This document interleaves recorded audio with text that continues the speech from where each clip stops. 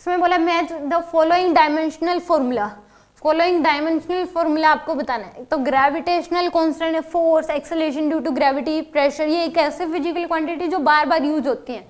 तो यहाँ पे ग्रेविटेशनल कांस्टेंट की हम कैसे निकालें, तो हमें पता है कि F इक्वल टू होता है जी एम स्क्वायर बाय में आर स्क्वायर। तो यहाँ से एफ आर स्क्वायर बाय में एम स्क्वायर इक्वल टू क्या जाएगा आपके पास जी के बराबर। तो यहाँ से F की डायमेंशन हमें पता है कि M L T minus two होती है, इंटू में L2 डिवाइड बाय में M2। तो यहाँ से G की जो डायमेंशन है वो क्या हो जाएगी M-1 L3T माइनस 2।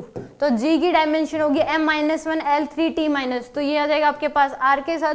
फोर्स की हमें पता ही होती है, फोर्स क्या होता है मास इनटू एक्सेलरेशन।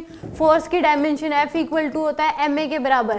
तो मास की m, एक्सेलरेशन की LT minus 2, change in velocity upon में टाइम, तो ये जाएगी LT माइनस 2। तो यहाँ से एक्सेलरेशन फोर्स की क्या आ जाएगी MLT माइनस 2, यानी कि MLT DP के साथ जो फोर्स है वो मैच करेगा किसके साथ, तो यानी कि आ जाएगा इसके साथ के बाद P के साथ।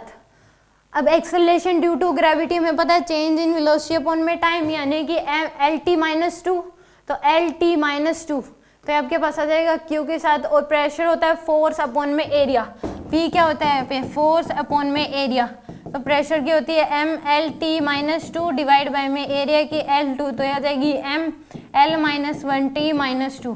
तो यहाँ पे ये ML-1 आएगा यहाँ पे, तो ML-1T माइनस 2 ये इसके साथ।